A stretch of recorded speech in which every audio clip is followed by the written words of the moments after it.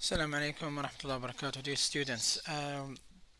There's something else I just want you to recognize and when using repeaters. Basically, as I said earlier, when you use repeater, you're gonna have different transform groups. One for the shape itself, one for the repeater, and one for the layer. And let's show you the differences between them. I already created this shape, okay, and I'm gonna add a repeater to this. I'm gonna add basically, yeah, a repeater to that, and it's going to be as 5 copies. I'm gonna make the difference 200 or maybe 250. Okay, not 58 copies, sorry, 5 copies.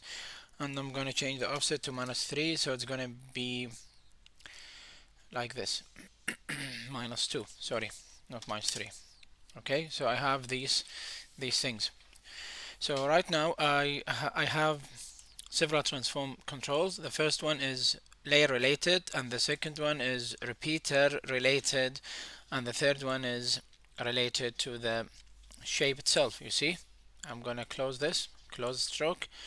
I'm gonna just open the rectangle. So if I open, or let me extend it only, you see I have 3 sets of transform, one for the rectangle, and one for the repeater itself, and one for the layer. So basically, if I'm gonna change the rotation, I'm gonna use the rotation as an example. Let's hope this is clear, and I can make it a little bit bigger. Okay, if I change the rotation for the shape, as you can see, all the copies are affected exactly the same thing, because I am doing this to a shape, and the shape is repeated. So basically, this is the rotation on the shape. Okay, I'm gonna make it 0. What if we change the rotation on the transform on the repeater transform? Let me change the rotation. You see how it's gonna be different. It's gonna affect each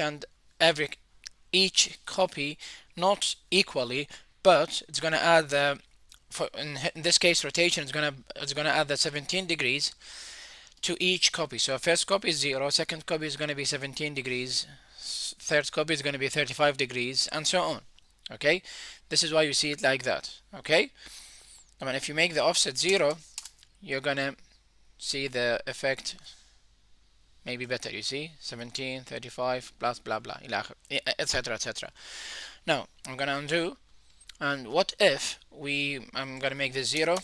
What if I change the transform for the layer itself? As you can see, it's gonna be affect the whole layer. So keeping this in mind, you can create cool animation effects with great deal of flexibility when you work with repeaters. Imagine if you have 2 or 3 repeaters, you're gonna have 2 or 3 more transform controls. This was a very quick tutorial, but just to cover a specific point, which is the difference between various transform groups when you use repeater with shape layers. Thank you very much, and see you later on. Bye.